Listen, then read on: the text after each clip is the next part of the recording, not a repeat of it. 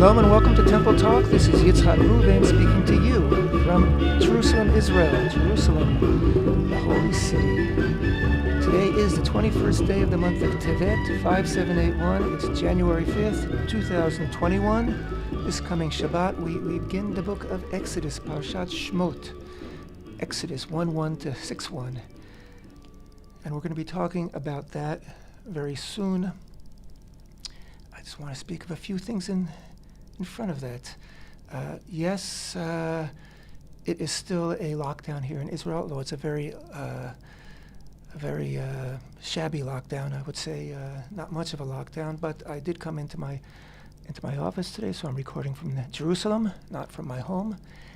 And I think about 1.5 million Israelis have been vaccinated now, the first vaccination of 2 against the corona.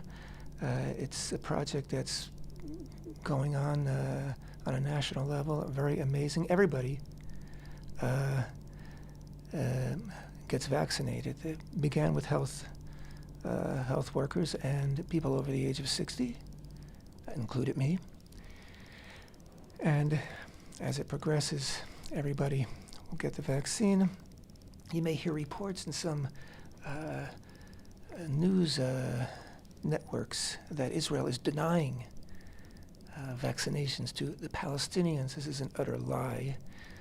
Israel is vaccinating all its citizens, regardless of race, religion, creed, color, gender, I don't know what not. Everybody's getting the vaccination. And as far as the Palestinians who are under the authority of the Palestinian Authority, when Israel offered assistance, the response was that they were going to procure the vaccinations on their own and proceed with giving out the vaccinations on their own, which they're proceeding to do. I understand that they are expecting a shipment of vaccines to come in. They're responsible for their people. That's what autonomy was supposed to be about. Anyway, be that as it may, a lot of people were saying 2020 just ended. Good riddance, a horrible year. Yeah, it was a tough year for everyone, a very tough year for everyone, and a tragic year for many people. But before you say good riddance and trash the past year, good things happen. Sometimes they happen more modestly than other times. Sometimes you have to look for them. But you look back and you should be able to find some good things to remember. Because if you don't find the good things of what's already happened, you're not going to be looking for them when they're coming around the bend the next time. You got to keep thinking good things. And that brings us to Exodus. But before we talk about Exodus, I want to remind everybody or announce to you, if you're not aware, that Abba Horovitz has begun a series in his video teachings that we post on YouTube. You can find them on our website, templeinstitute.org. You can find them on our Facebook page and YouTube. I mentioned that. And Arot Sheva also posts these videos. Series Temple Myths, right? Ideas about the temple, how it's supposed to be built, what to do. And so he explores these deeply with sources and pinpoints the concepts, and then continues to argue with certain accepted myths and simply prove that they have no basis either in any source or in any precedent, and don't even jibe with what might have been intended to begin with. So these are very fascinating teachings. They're, between 10, 12 minutes. They're quick. They're really interesting. They're very dynamic, and we're going to do a lot of them and take you through a process and impart our knowledge, our understanding of what God expects of us. And you're free to respond, to debate, and to ask questions. So again, I encourage you to listen in. It's serious stuff, but I think it's accessible for people of all backgrounds, and you'll get something out of it. Highly recommend it. Exodus, a new book, a new beginning. In Hebrew, it's called Shmot, and it's called Shmot. That means names. It's called Shemot, of course, because that is the second word of the first verse in the book of Shemot. And I'm going to read it. Ve'ele Shemot b'nei Yisrael ha'ba'im Mitzrayma et Yaakov ish uveito ba'u. And these are the names of the children of Israel who are coming to Egypt. With Yaakov, each man and his household came. And then it goes on to name the 12 tribes, the 12 sons who became the 12 tribes. And then it mentions that Joseph died and all his brothers, an entire generation. The children of Israel were fruitful, teemed, increased, and became strong, very, very much so, and the land became filled with them. A new king arose over Egypt who did not know of Yosef. He said to his people, behold, the children of Israel, are more numerous and stronger than we are. Come, let us outsmart them, lest they become numerous, and it may be that a war will occur. It, too, they may join our enemies and wage war against us and go up from our land. Okay, so he's suspicious, maybe paranoid. Israel's growing in numbers. And you know what? They're Hebrews. They're not Egyptians. And this alarms Pharaoh. Now, what does it mean that he didn't know Yosef? That's the first question really comes along. And in fact, we mention all the names of all the brothers at the beginning in the first verse, and that's it. That's in the past now. The brothers are in the past. Now we're a few generations past the brothers, and the people are numerous. And Pharaoh's concerned, so he wants to have a clever plan to combat this. And the first thing he decides to do is to give them a lot of work to do. Tire them out, keep them busy, they won't be having babies. And when that doesn't seem to slow down the Hebrews, he makes the work backbreaking. So, you go home and you pass out and nobody's making babies. But that didn't work either. So then he devises a plan to tell the midwives, and this is amazing, the king of Egypt.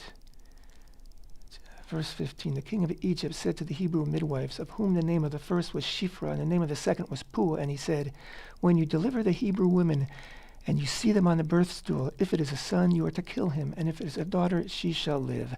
But the midwives feared God, and they did not do as the king of Egypt spoke to them, and they caused the boys to live. So this is it. This is really the beginning of the redemption right here. Why do I say that? Because you have these two midwives, Hebrew midwives, Shifra and Puah. And they're alive, and they fear God, right? And they do something about it. And they defy the most powerful man in the world. He gave them a direct order, and they defied it. And it says they feared Hashem. They feared God.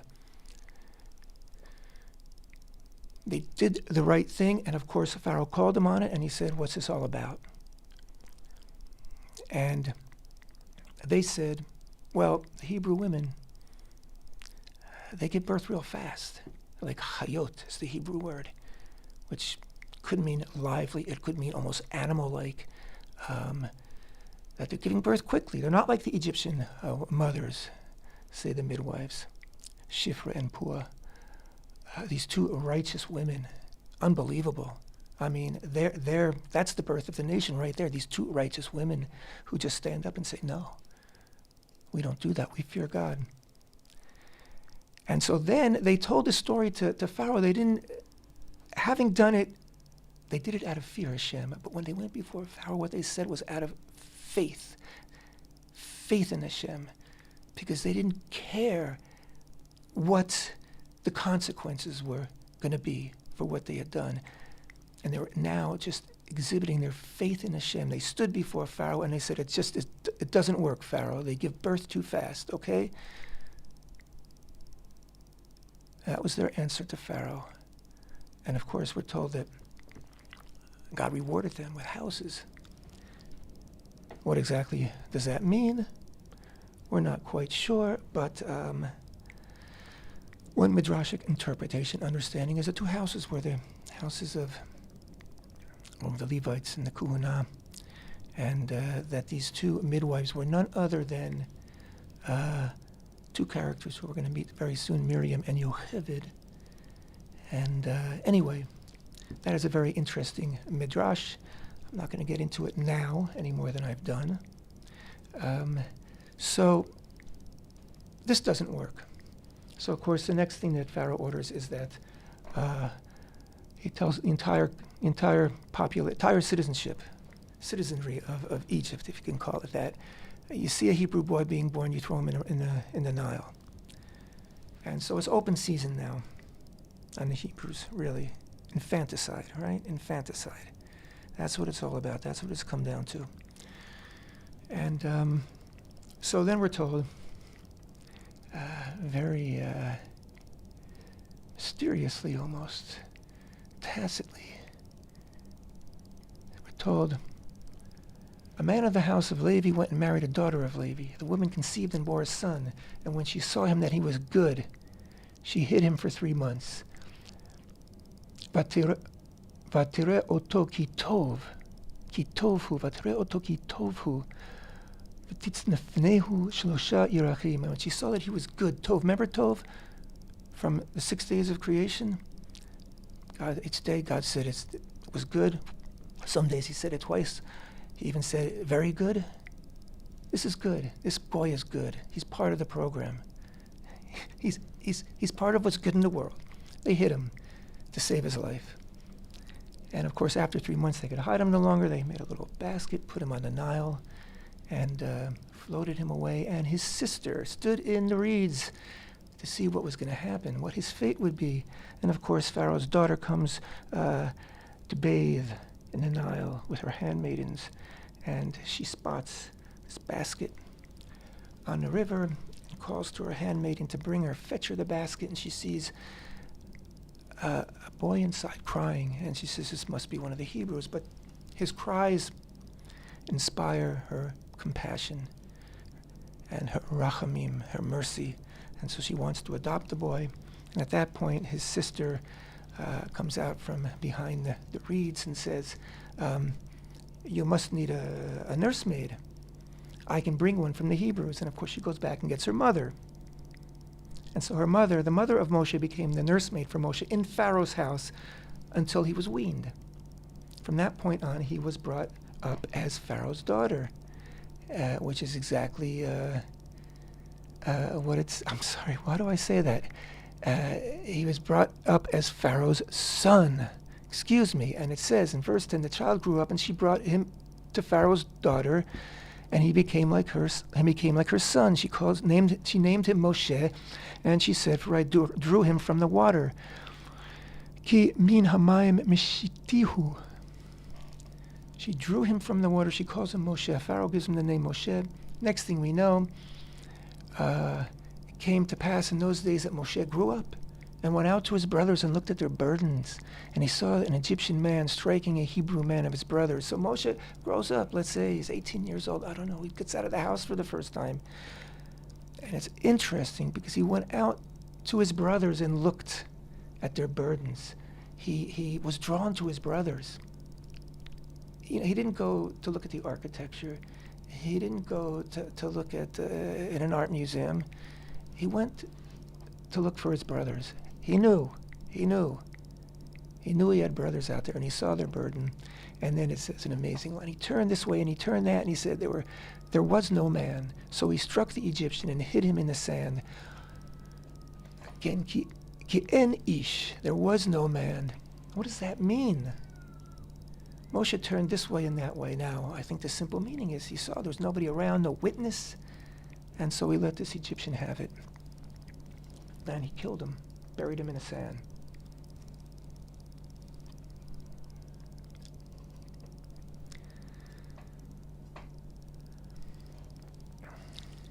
Another idea might be that we're all created in God's image, B'Tselem Elokim.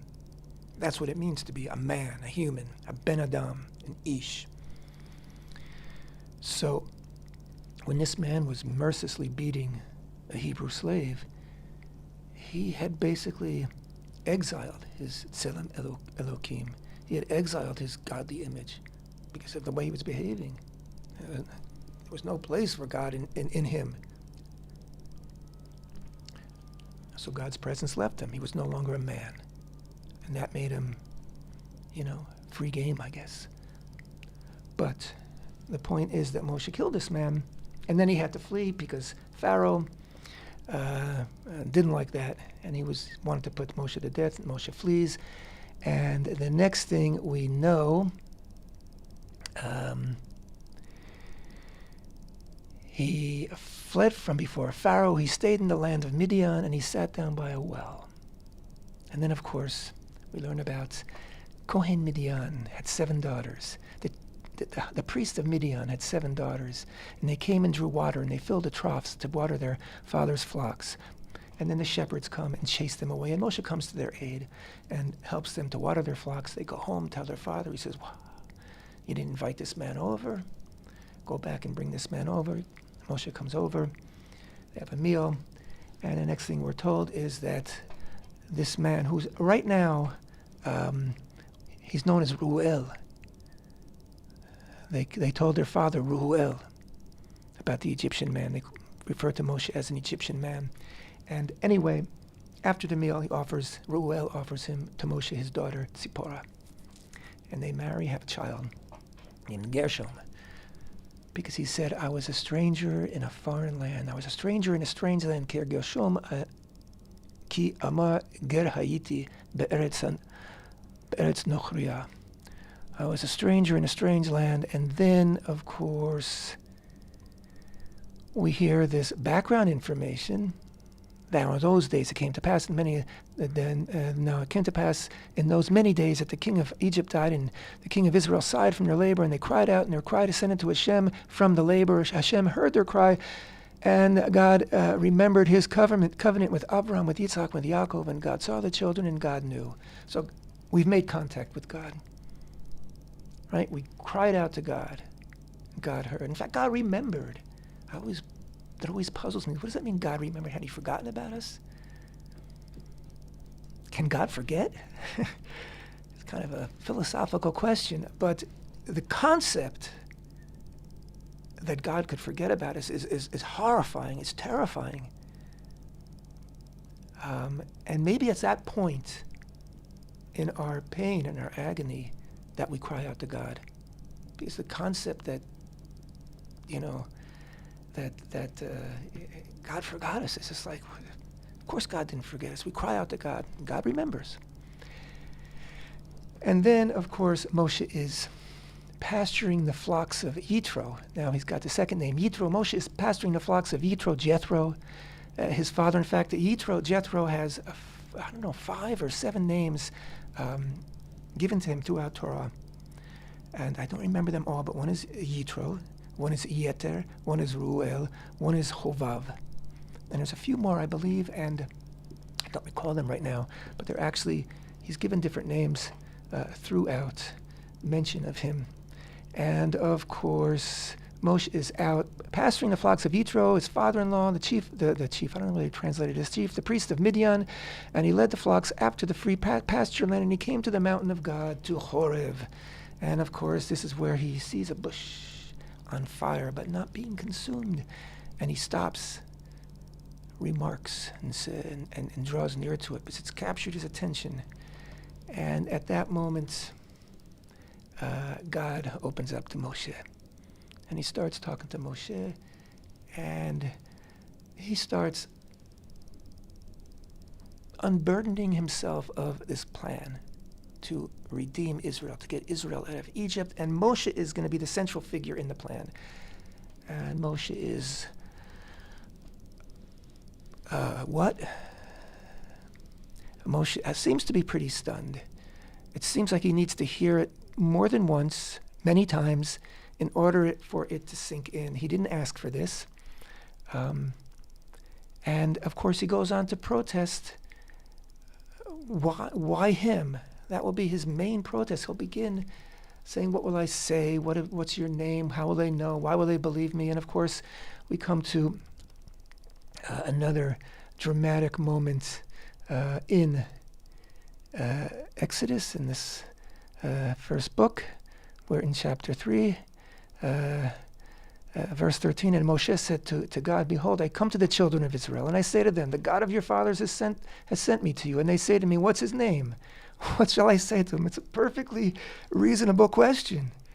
You said that God sent you. Well, what's his name? What's his password? How do we know you're for real? And he's a tough cookie. He's very, very, very reticent. He's very careful here. He's measuring his steps very carefully. And of course, God answers. God said to Moshe, Ehyeh asher ehyeh, I will be what I will be. And he said, so shall you say to the children of Israel, Ehyeh, I will be, has sent me to you, Ehyeh. Ehyeh asher ehyeh, it's like a breath. And actually the translation, I will be what I will be, is a very good translation. It could be, I am what I am. I am timeless. I'm above time. It doesn't affect me. Which means I can be accessed. I'm totally accessible. I'm 24/7. I'm always here because I'm always here. I'm everything. And you're part of the everything, so there's access. It's a fascinating name. And at once it presents God as this endless, infinite, hardly approachable. But on the other hand, it tells us that God's in the instant. He's here. There's no difference between moment and here. One is a place name, one is a time name. But they're the same for Hashem always. That's the message he sends Moshe back with. But of course, Moshe is still not so enamored with the idea of taking this task upon himself. He asks for signs. We know about that. And of course, his final gambit, it would seem, is when he says this. It's in chapter 4, verse 10, when he says, Moshe said to Hashem, I beseech you, Hashem, I am not a man of words, neither from yesterday, nor from the day before yesterday, nor from the time you've spoken to your servant, for I am heavy of mouth and heavy of tongue. Well, first of all, even in English, this is a pretty long, complicated sentence for someone who is heavy of mouth and heavy of tongue. But of course, the Hebrew is even more fascinating, because in Hebrew he says, Lo ish devarim anochi, I'm not a man of words, gam mitmol, gam mishilshom, gam me'az davarcha el avdecha, ki chavad pe u chavad lashon anochi. So when he says gam mitmol, gam mishilshom, gam me'az, right? That in English is translated as I am neither from yesterday, nor from the day before, nor from the time before that, right? In Hebrew, he keeps using the word gam, which means and, also yesterday, also the day before. But when we put gam together, gam, in Hebrew it means legamgem, to stutter. So it's perhaps his speech impediment, or at least a remez, a hint of what he's talking about, is in his very words, where he says the word gam repeatedly in a very, very beautiful, eloquent sentence. But the gim is in there, something that Moshe feels. And of course, God, this is kind of like it. God's running out of patience even for Moshe. It's fascinating that the person that God chose to redeem Israel, the main man in his main plan is a guy who, he's a tough guy. And he argues. And he's kind of driving God crazy right now. But, God, when he first calls Moshe says, Hineni, here I am, right? Hineni. The same words that Abraham answered with, right? And Yitzhak and Yaakov and Yosef when he answered to his father, I'm here, I'm all yours. But from that point on, Moshe really took on the role of being God's prophet, God's redeemer for Israel, and also being Israel's representative to God. And so he wasn't going to jump into this blind. He wasn't diving into the deep side of the pool. He wanted to feel this out, see what's going on. And he seemed to be really reluctant to take on the job, and maybe that's why God chose him, because God saw this as a guy who is modest. We'll learn that later. And he's only driven by love of his people. He really has no other motives. That's the only thing that God could convince him about, right? You love your people, you're going to do this for them. So Moshe, finally God's had it, and he says, Hashem says, who made man a mouth, or makes one dumb or deaf or seeing or blind, if not I, Hashem? So now go, I will be with your mouth, and I will instruct you what you shall speak. And Moshe, one more time, he says, very interesting verse. It's a difficult verse. It says in English, but I beseech you, Hashem, send now your message with whom you would send it. It's also very obtuse in the Hebrew, but what I think the meaning is, can't you find somebody else? Anybody but me.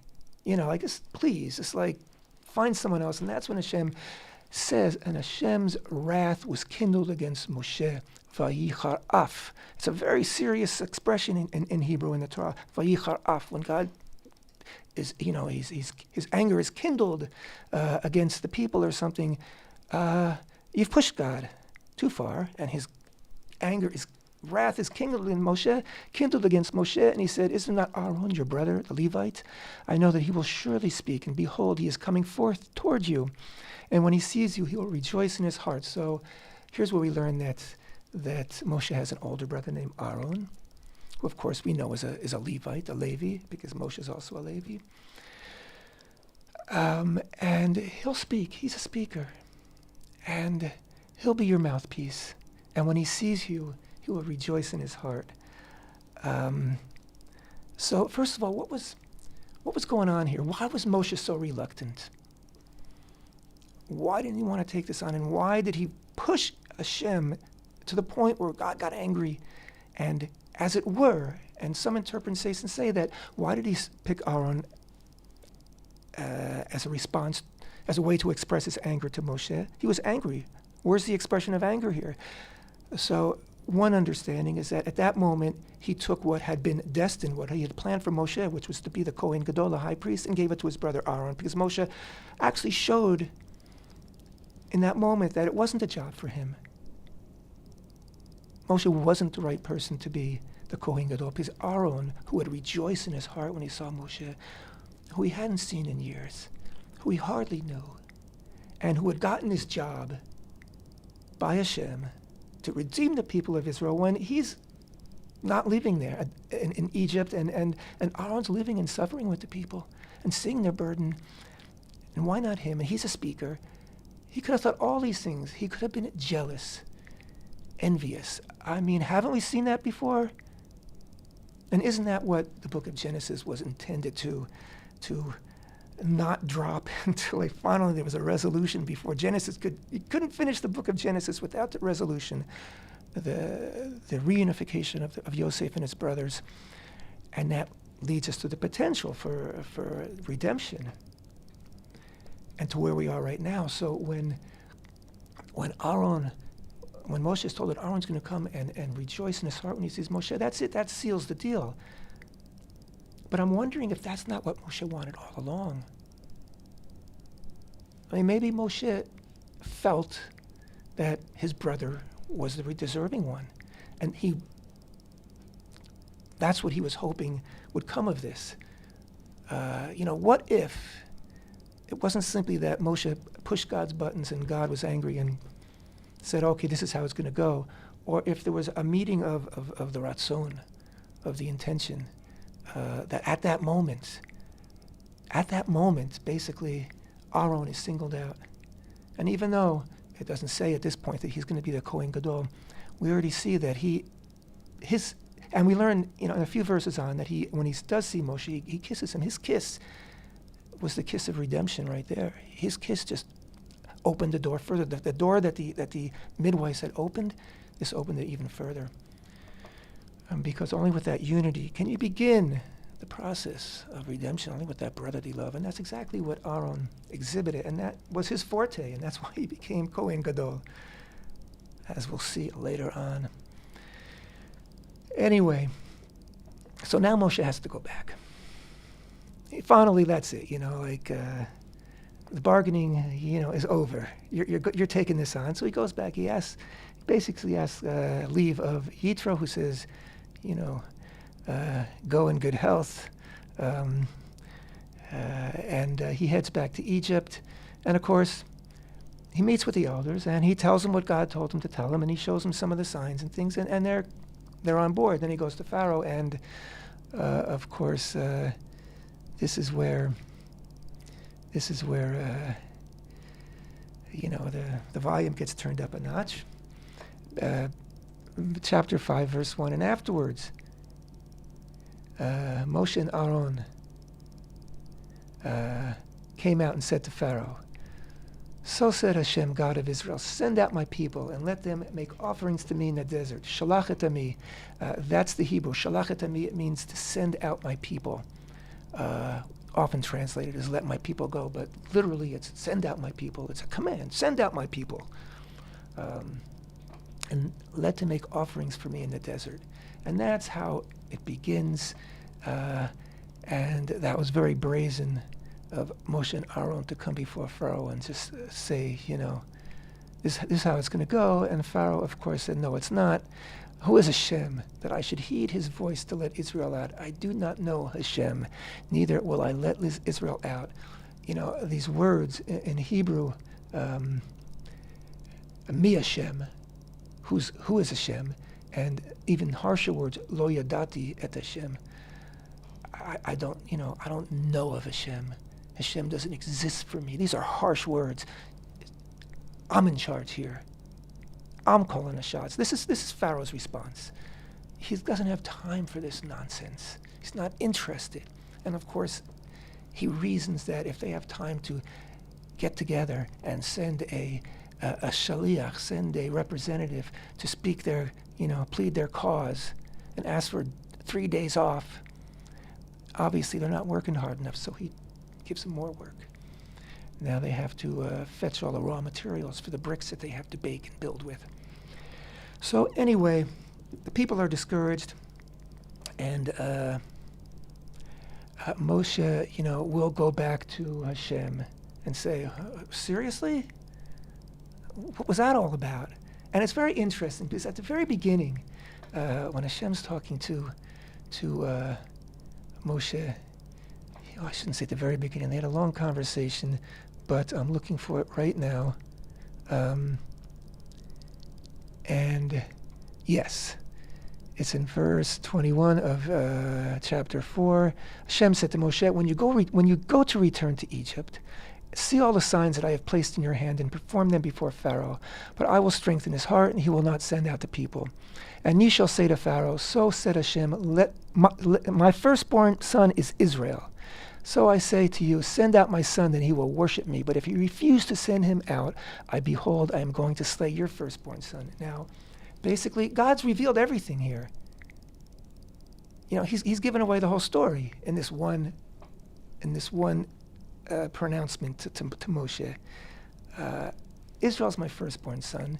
If you don't let them out to worship me, I'm going to take away your firstborn son. That's exactly what happened.